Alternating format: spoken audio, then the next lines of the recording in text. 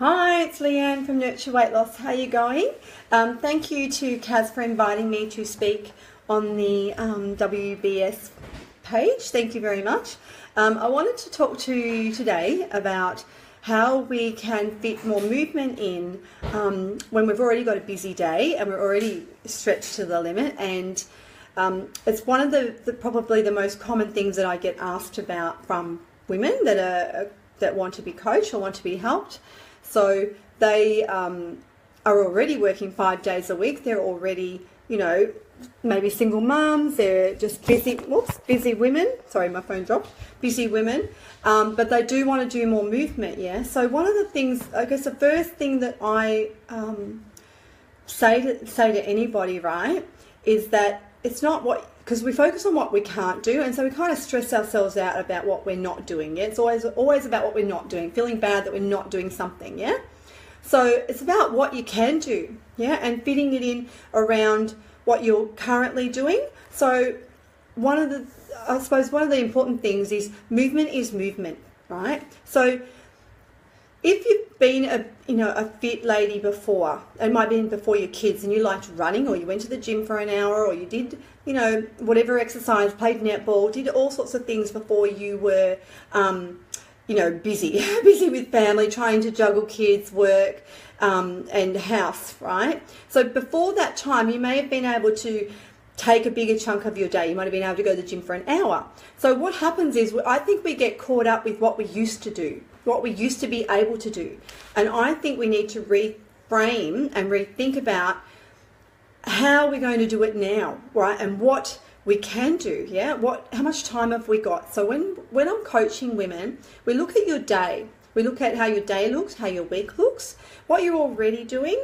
Because one of the things that I do find is we're not actually acknowledging that we're already doing a lot of movement. So especially women that are catching the train, walking to stations, mums that are walking to the park. When I had my two, I had a double pram, right? That weighed about 50 kilo, I think. And I walked everywhere with that. I trashed that pram. So there's a lot of movement, shopping, cleaning, running after kids, and opportunities where you are at the park. You have gone for a walk to school. You have gone for a walk to kinder. There is a lot of movement that we're not counting. So I try and make women more aware of that, because I don't want them to stress, because you're not trying to fit more in your day, because honestly, if you're already tired, overwhelmed, trying to juggle everything, you don't actually want more, right? You don't need more in your day. You actually need less. So you need to kind of make it more efficient and more effective. One of the things that I help women do is work out at home, right? So we do little workouts, tiny workouts. We do them, there might be a 4-minute workout with 4 to 6 exercises. And there's a lot of videos that I've made. They're on YouTube if you want anything like that for home. But that's the kind of thing, because if you've done a 4-minute workout and you've done that 2 or 3 times, that's brilliant. Like, some of the things that I do is I'll get up in my PJs and I'll do my squats and I'll do my push-ups, dips, whatever, tummy work before I have my shower. So I just want women to be more open about what movement can be and what it actually is, because we do get very rigid in the way that we think exercise should be. And so therefore, if we don't have an hour to go to the gym, what happens? We don't go, because we've already put ourselves off. We've already said we haven't got time. We don't have an hour. So I really love telling women that they do not need an hour. They only need enough time. If you've got 6 minutes between, maybe you're getting dinner and the kids are happy and you've got a few minutes, then there's nothing wrong with doing a few squats and push-ups. So, there's not a problem with fitting something in. If you're doing a walk after maybe school drop-off, walk around the block, 10 minutes, yeah?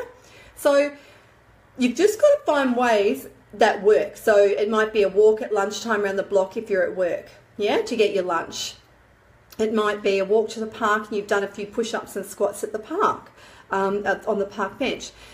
I think we just have to be more relaxed about and more flexible about what exercise is and what movement is, so that we don't make it impossible. Because if it is too hard, if our expectations are too high, we already find excuses. We already make it too hard for ourselves, yeah? So that was one of my points, was about being more flexible and less rigid about our old thinking, and think about how we can make it fit what we're doing now, right? And how our day looks now, yeah?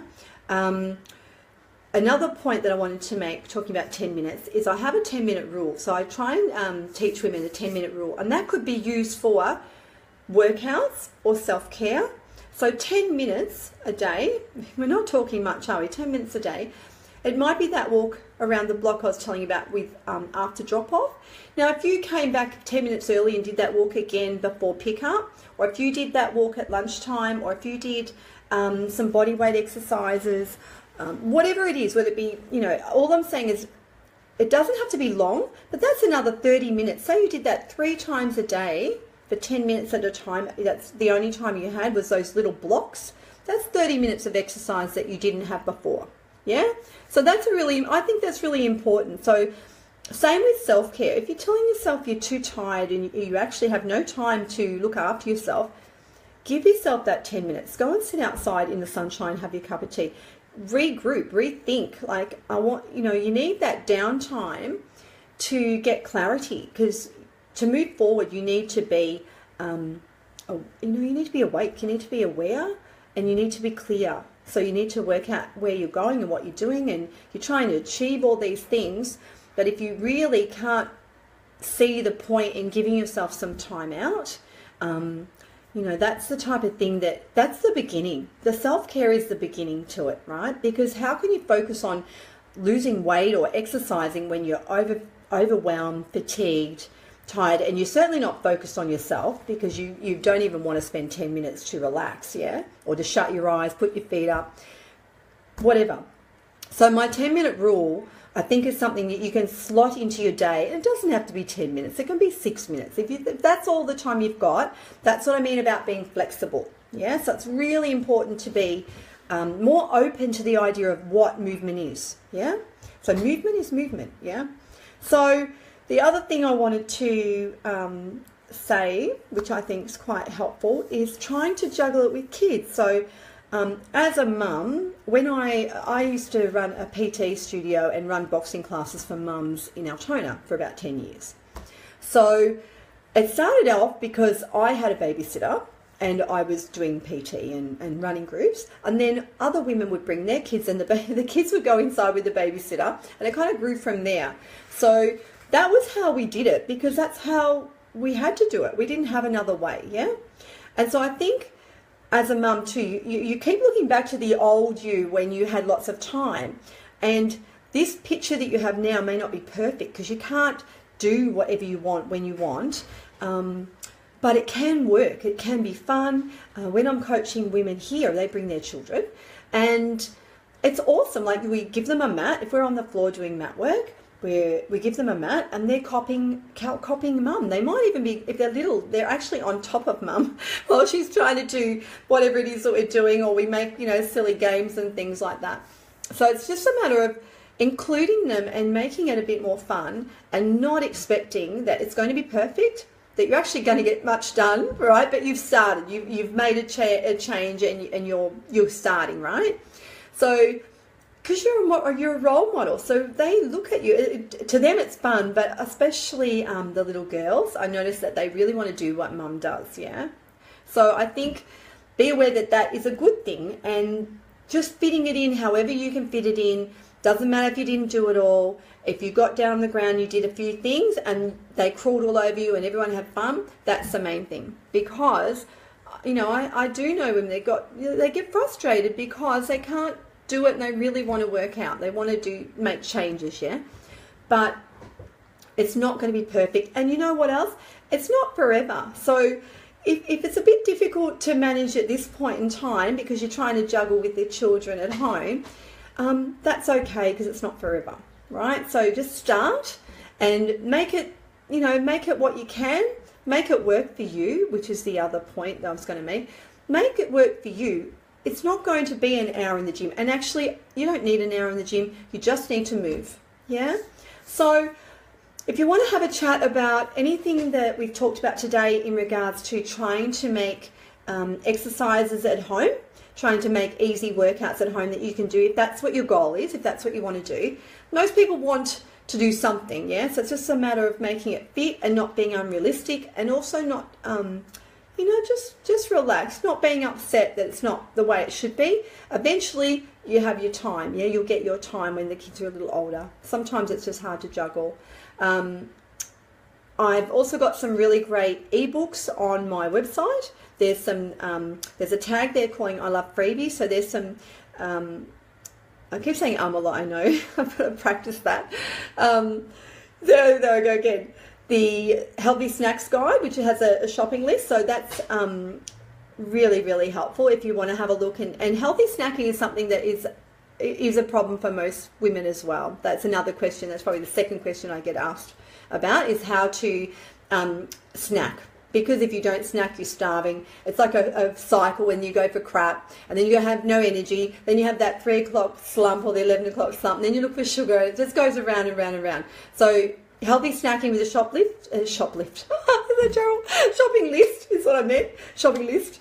And there is some really cool ebooks. One book, I just finished a 10-day challenge on my site for getting your power back. So that was more mindset work, right? That was all about getting your power back, thinking, believing in yourself, being powerful, being strong. So there's a really great ebook on that website at the Healthy Shop. And then there's another one that I did, which I really love, which is an audio workshop on being healthy. 10 ways was my top 10 coaching examples or tips for being healthy. So 10 ways for healthy you, yeah? So there was another great ebook on there too, but have a look. If you've got any questions, please message me. I love helping. I love helping. So if there's a way that we can fit more movement in your day without stressing you out, that is what we're about, yeah? So we're not about making it hard. We're not about depriving, counting, just stressing in general. We just want to nurture. It's called Nurture Weight Loss for a reason. I want to nurture you to be your best, yeah? And to do the things that you really want to do. So if I can help you, please message me and I will. All right, thank you so much. I really love talking to you. Thank you. Bye.